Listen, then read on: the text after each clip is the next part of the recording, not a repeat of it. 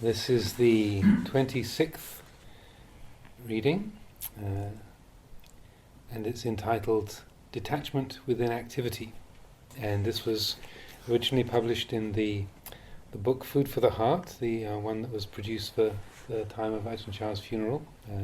So this was translated by Bruce Evans, Puriso, Ajahn Puriso as he was then.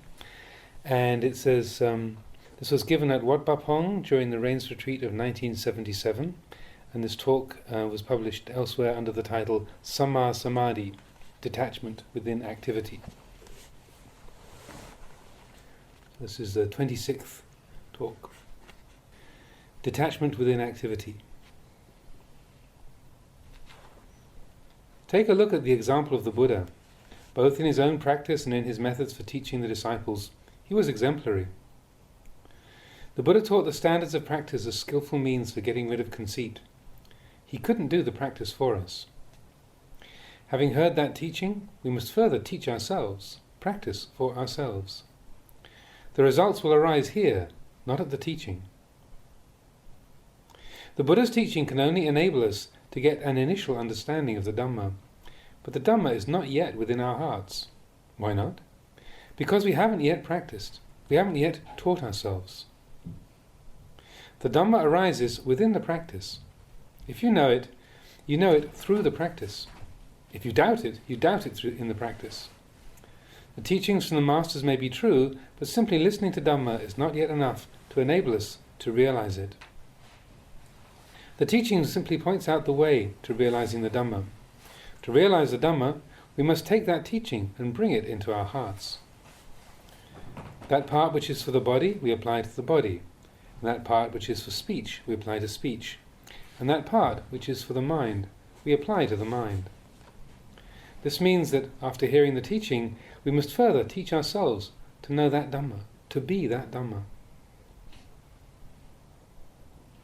The Buddha said that those who simply believe others are not truly wise. A wise person practices until he's one with the Dhamma, until he can have confidence in himself, independent of others. On one occasion, while Venerable Sariputta was sitting at the Buddha's feet, listening respectfully as the Buddha expounded the Dhamma, the Buddha turned to him and asked, "Sariputta, do you believe this teaching?" Venerable Sariputta replied, "No, I don't yet believe it." Now, this is a good illustration. Venerable Sariputta listened, and he took note. When he said he didn't yet believe, he wasn't being careless. He was speaking the truth. He simply took note of that teaching because he'd not yet developed his own understanding of it. So he told the Buddha that he didn't yet believe, because he really didn't believe. These words almost sound as if Venerable Sariputta was being rude, but actually he wasn't. He spoke the truth, and the Buddha praised him for it. Good Sariputta. A wise person doesn't readily believe. He should consider first before believing. Conviction in a belief can take various forms. One form reasons according to Dhamma, while another form is contrary to the Dhamma. This second way is heedless. It's a foolhardy understanding, micchā ditthi, wrong view. One doesn't listen to anybody else. Take the example of Dighanakha the Brahmin. This Brahmin only believed himself, he wouldn't believe others.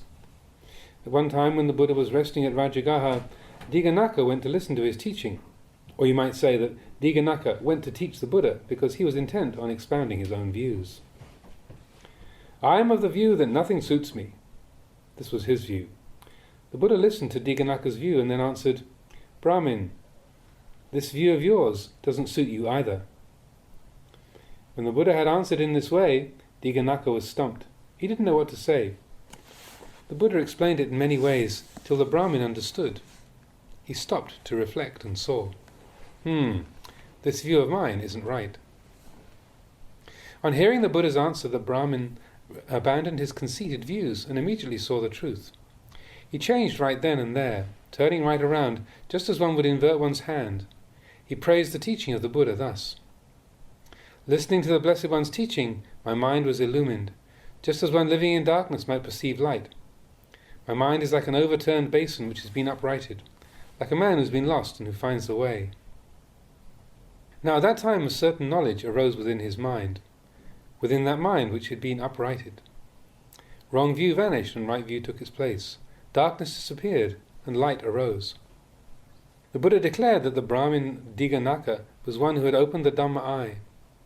Previously, Diganaka clung to his own views and had no intention of changing them. But when he heard the Buddha's teaching, his mind saw the truth. He saw that his clinging to those views was wrong. When the right understanding arose, he was able to perceive his previous understanding as mistaken. So he compared his experience with a person living in darkness who had found light. This is how it is. At that time, the Brahmin Diganaka transcended his wrong view. Now we must change in this way. Before we can give up defilements, we must change our perspective. We must begin to practice correctly and practice well. Previously, we didn't practice rightly or well, and yet we thought we were right and good just the same. When we really look into the matter, we upright ourselves, just like turning over one's hand. This means that the one who knows, or wisdom, arises in the mind, so that it is able to see things anew. A new kind of awareness arises. Therefore, practitioners must develop this knowing, which we call Buddho, the one who knows, in their minds.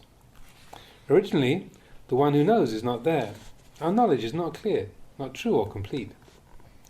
This knowledge is therefore too weak to train the mind.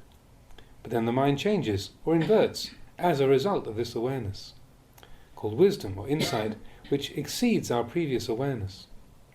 That previous one who knows did not yet know fully and was unable to bring us to our objective. The Buddha therefore taught to look within, opanayiko, literally leading inwards or worthy of realizing. Look within, don't look outwards. Or, if you look outwards, then look within to see the cause and effect therein. Look for the truth in all things, because external objects and internal objects are always affecting each other. Our practice is to develop a certain type of awareness until it becomes stronger than our previous awareness. This causes wisdom and insight to arise within the mind, enabling us to clearly know the workings of the mind, the language of the mind, and the ways and means of all the defilements. The Buddha, when he first left his home in search of liberation, was probably not really sure what to do, much like us. He tried many ways to develop his wisdom. He looked for teachers, such as Uddaka Ramaputta, to practice meditation. Right leg on left leg, right hand on left hand, body erect, eyes closed, letting go of everything until he was able to attain a high level of absorption, samadhi. But when he came out of that samadhi, his old thinking came up, and he would attach to it, just as before. Seeing this, he knew that wisdom had not yet arisen. His understanding had not yet penetrated to the truth. It was still incomplete, still lacking. Seeing this, he nonetheless gained some understanding, that this was not yet the summation of practice. But he left that place to look for a new teacher. When the Buddha left his old teacher, he didn't condemn him. He did as the bee does. It takes nectar from the flower without damaging the petals. Then the Buddha proceeded to study with Alara Kalama and attained even higher states of samadhi. But when he came out of that state, Bimba and Rahula, his former wife and child, came back into his thoughts again. The old memories and feelings came up again. He still had lust and desire. Reflecting inward, he saw that he still hadn't reached his goal, so he left that teacher also. He listened to his teachers and did his best to follow their teachings. He continually reviewed the results of his practice. He didn't simply do things and then discard them for something else. Then, after trying ascetic practices, he realized that starving until one's almost a skeleton is simply a matter for the body. The body doesn't know anything. Practicing in that way was like executing an innocent person while ignoring the real thief. When the Buddha really looked into the matter, he saw that practice is not a concern of the body, it's a concern of the mind. The Buddha had tried Attakilamatanu Yoga, self-mortification, and found that it was limited to the body. In fact, all Buddhas are enlightened in mind. Whether in regard to the body or to the mind, just throw them all together as transient, imperfect and ownerless, aniccaṃ, dukkhaṃ and anattā. They are simply conditions of nature. They arise depending on supporting factors. They exist for a while and then cease. When there are appropriate conditions, they arise again. Having arisen, they exist for a while, then cease once more. These things are not a self, a being, an us, or a them. There's nobody there. There are simply feelings. Happiness has no intrinsic self. Suffering has no intrinsic self. No self can be found. There are simply elements of nature which arise, exist, and cease. They go through this constant cycle of change. All beings, including humans, tend to see the arising as themselves, the existence as themselves, and the cessation as themselves. Thus they cling to everything. They don't want things to be the way they are. They don't want them to be otherwise. For instance, having arisen, they don't want things to cease. Having experienced happiness, they don't want suffering. If suffering does arise, they want it to go away as quickly as possible. But it's even better if it doesn't arise at all. This is because they see this body and mind as themselves, or belonging to themselves, and so they demand that these things follow their wishes. This sort of thing is like building a dam or a dike without making an outlet to let the water through. The result is that the dam bursts. And so it is with this kind of thinking. The Buddha saw that thinking in this way is the cause of suffering. Seeing this cause, the Buddha gave it up. This is the noble truth of the cause of suffering. The truths of suffering, its cause, its cessation, and the way leading to that cessation, people are stuck right here. If people are to overcome their doubts, it's right at this point. Seeing that these things are simply rupa and nama, or corporeality and mentality, it becomes obvious that they're not a being, a person, an us or a them. They simply follow the laws of nature. Our practice is to know things in this way. We don't have the power to really control these things. We aren't really their owners. Trying to control them causes suffering, because they aren't really ours to control. Neither body nor mind are self or other. If we know this as it really is, then we see clearly. We see the truth. We're at one with it. It's like seeing a lump of red-hot iron which has been heated in a furnace. It's hot all over. Whether we touch it on top, on the bottom, or the sides, it's hot. No matter where we touch it, it's hot. This is how you should see things. Mostly when we start to practice, we want to attain, to achieve, to know and to see.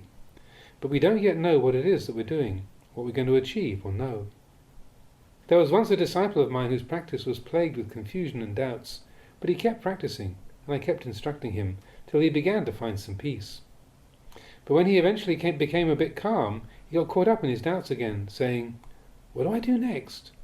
There, the confusion arises again. He says he wants peace, but when he gets it, he doesn't want it. He asks what he should do next. So in this practice we must do everything with detachment. How are we to detach? We detach by seeing things clearly. Know the characteristics of the body and mind as they are. We meditate in order to find peace, but in doing so we see that which is not peaceful. This is because movement is the nature of the mind. When practicing samadhi, we fix our attention on the in-breath and the out-breath at the nose tip or the upper lip. This lifting the mind to fix it is called vitaka, or lifting up. When we have thus lifted the mind and are fixed on an object, this is called vichara, the contemplation of breath at the nose tip. This quality of vichara will naturally mingle with other mental sensations, and we may think that our mind is not still, that it won't calm down. But actually, this is simply the workings of vichara as it mingles with those sensations. Now, if this goes too far in the wrong direction, our mind will lose its collectedness. So then we must set up the mind afresh, lifting it up to the object of concentration with vitaka. As soon as we have thus established our attention, vichara takes over, mingling with the various mental sensations. Now when we see this happening, our lack of understanding may lead us to wonder, why has my mind wandered? I wanted it to be still. Why isn't it still? This is practicing with attachment. Actually, the mind is simply following its nature, but we go and add on to that activity by wanting the mind to be still and thinking. Why is it by wanting the mind to be still and thinking, why isn't it still? Aversion arises, and so we add that on to everything else, increasing our doubts, increasing our suffering, and increasing our confusion. So, if there is vichara, reflecting on the various happenings within the mind in this way, we should wisely consider, The mind is simply like this. There. That's the one who knows who's talking, telling you to see things as they are. The mind is simply like this. We let it go at that, and the mind becomes peaceful. When it's no longer centered, we bring up vitaka once more, and shortly there is calm again. Vitaka and vichara work together like this. We use vichara to contemplate the various sensations which arise. When vichara becomes gradually more scattered, we once again lift our attention with vitaka. The important thing here is that our practice at this point must be done with detachment. Seeing the process of vichara interacting with the mental sensations, we may think that the mind is confused and become averse to the process. This is the cause right here.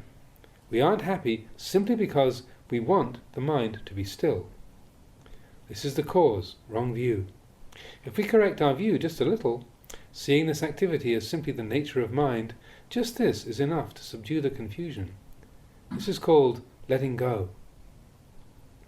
Now if we don't attach, if we practice with letting go, detachment within activity, and activity within detachment, if we learn to practice like this, then vichara will naturally tend to have less and less to work with.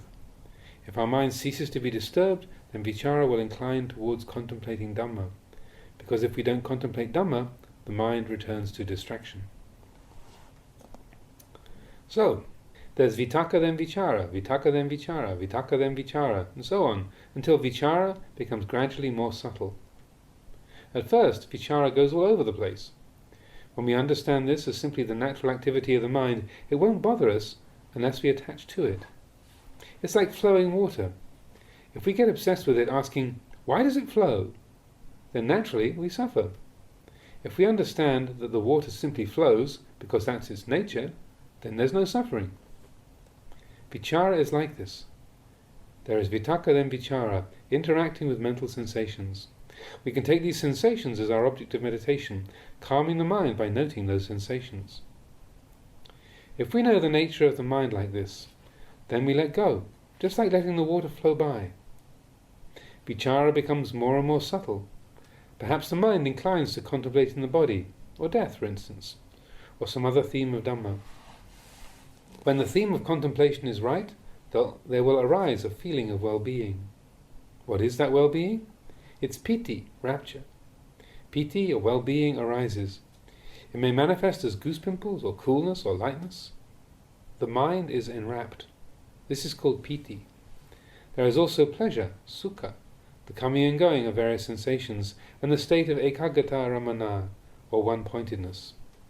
Now if we talk in terms of the first stage of concentration, it must be like this: vitaka, vichara, piti, sukha, ekagata. So, what is the second like? As the mind becomes progressively more subtle, vitaka and vichara become comparatively coarser, so that they are discarded, leaving only piti, sukha and ekagata. This is something that the mind does of itself. We don't have to conjecture about it. We just know things as they are. As the mind becomes more refined, piti is eventually thrown off, leaving only sukha and ekagata, and so we take note of that. Where does piti go to? It doesn't go anywhere. It's just that the mind becomes increasingly more subtle, so that it throws off those qualities that are too coarse for it. Whatever is too coarse, it throws out, and it keeps throwing off like this until it reaches the peak of subtlety, known in the books as the fourth jhana, the highest level of absorption. Here the mind has progressively discarded whatever becomes too coarse for it, until only ekagata and upekkha, equanimity, remain. There's nothing further. This is the limit. When the mind is developing the stages of samadhi, it must proceed in this way. But please, let's understand the basis of practice. We want to make the mind still, but it won't be still. This is practicing out of desire, but we don't realize it. We have desire for calm. The mind is already disturbed, and then we disturb it further by wanting to make it calm. This very wanting is the cause. We don't see that this wanting to calm the mind is tanha. It's just like increasing the burden. The more we desire calm, the more disturbed the mind becomes, until we just give up. We end up fighting all the time, sitting and struggling with ourselves. Why is this? Because we don't reflect back on how we've set up the mind. Know that the conditions of mind are simply the way they are. Whatever arises, just observe it. It's simply the nature of the mind. It isn't harmful unless we don't understand its nature. It's not dangerous if we see its activity for what it is. So we practice with vitakka and vichara until the mind begins to settle down and becomes less forceful. When sensations arise, we contemplate them. We mingle with them and come to know them. However, usually we tend to start fighting with them because right from the beginning we're determined to calm the mind. As soon as we sit, the thoughts come to bother us. As soon as we set up our meditation object, our attention wanders. The mind wanders off, following all the thoughts, thinking that those thoughts have come to disturb us. But actually, the problem arises right here, from the very wanting to calm the mind. If we see that the mind is simply behaving according to its nature, that it naturally comes and goes like this, and if we don't get over-interested in it, we can understand that its ways are much the same as a child. Children don't know any better. They may say all kinds of things. If we understand them, we just let them talk, because children naturally talk like that. When we let go like this, we're not obsessed with the child. We can talk to our guests undisturbed, while the child chatters and plays around. The mind is like this. It's not harmful unless we grab onto it and get obsessed over it. That's the real cause of the trouble. When piti arises, one feels an indescribable pleasure, which only those who experience it can appreciate. Sukha arises, and there is also the quality of one-pointedness. There is vitakka, vichara, piti, sukha and ekaggata. These 5 qualities all converge at one place. Even though they are different qualities, they are all collected in one place, and we can see them all there, just like seeing many different kinds of fruit in one bowl. Vitakka, vichara, piti, sukha and ekaggata. We can see them all in one mind, all 5 qualities. If one were to ask, how is there vitakka, how is there vichara, how is there piti and sukha? It will be difficult to answer, but when they converge in the mind, we will see how it is for ourselves. At this point our practice becomes somewhat special. We must have recollection and self-awareness and not lose ourselves. Know things for what they are. These are stages of meditation, the potential of the mind. Don't doubt anything with regard to the practice. Even if you sink into the earth or fly into the air or even die while sitting, don't doubt it. Whatever the qualities of the mind are, just stay with the knowing. This is our foundation, to have sati, recollection, and sampajanya, self-awareness, whether standing, walking, sitting or reclining. Whatever arises, just leave it be. Don't cling to it. Whether it's like or dislike, happiness or suffering, doubt or certainty, contemplate with vichara and gauge the results of those qualities. Don't try to label everything, just know it. See that all the things that arise in the mind are simply sensations. They are transient. They arise, exist and cease. That's all there is to them. They have no self or being. They are neither us nor them. None of them are worthy of clinging to. When we see all rupa and nama in this way with wisdom, then we will see the old tracks. We will see the transience of the mind, the transience of the body, the transience of happiness, suffering, love and hate. They are all impermanent. Seeing this, the mind becomes weary of the body and mind, weary of the things that arise and cease and their transience. When the mind becomes disenchanted, it will look for a way out of all those things. It no longer wants to be stuck in things. It sees the inadequacy of this world and the inadequacy of birth. When the mind sees like this, wherever we go, we see aniccang, transience, dukkhaṃ, imperfection, and anatta, ownerlessness. There's nothing left to hold on to. Whether we sit at the foot of a tree or a mountain top or in a valley, we can hear the Buddha's teaching. All trees will seem as one. All beings will be as one. There's nothing special about any of them. They arise, exist for a while, age, and then die. All of them. We thus see the world more clearly. We see this body and mind more clearly. They are clearer in the light of transience, clearer in the light of imperfection, and clearer in the light of ownerlessness. If people hold fast to things, they suffer. This is how suffering arises. If we see that body and mind are simply the way they are, no suffering arises, because we don't hold fast to them. Wherever we go, we will have wisdom.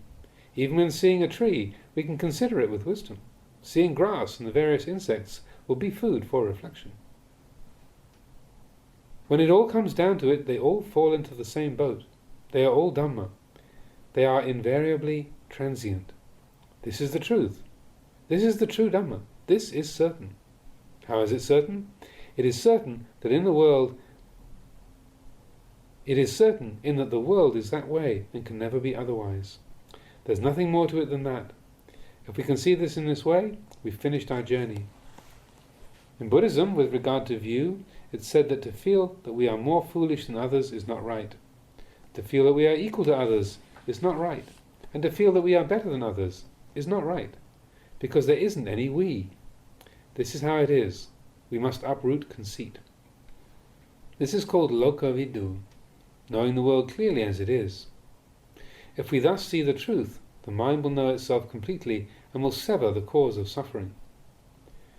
When there is no longer any cause, the results cannot arise. This is the way our practice should proceed. The basics which we need to develop are, firstly, to be upright and honest. Secondly, to be wary of wrongdoing. Thirdly, to have the attribute of humility within our heart. To be aloof and content with little. If we are content with little, in regards to speech and all other things, we will see ourselves. We won't be drawn into distractions.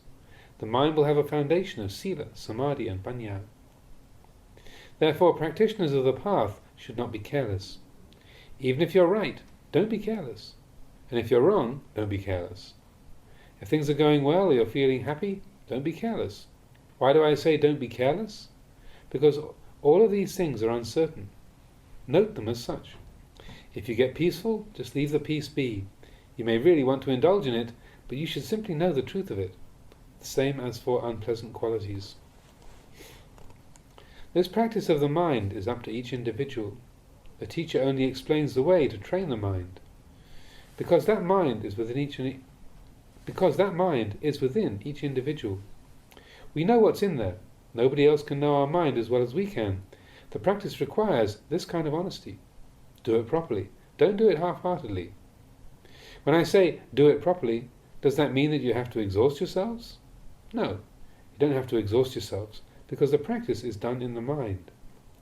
If you know this, you'll know the practice. You don't need a whole lot. Just use the standards of practice to reflect on yourself inwardly. Now the rains retreat is halfway over. For most people it's normal to let the practice slacken off after a while. They aren't consistent from beginning to end. This shows that their practice is not yet mature. For instance, having determined a particular practice at the beginning of the retreat, whatever it may be, then we must fulfill that resolution.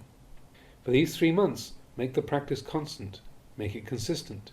You must all try. Whatever you have determined to practice, consider that and reflect whether the practice has slackened off. If so, make an effort to re-establish it. Keep shaping up the practice, just the same as when we practice meditation on the breath. As the breath goes in and out, the mind gets distracted. Then re-establish your attention on the breath. When your attention wanders off again, bring it back once more. This is the same. In regard to both the body and the mind, the practice proceeds like this. Please make an effort with it. You are.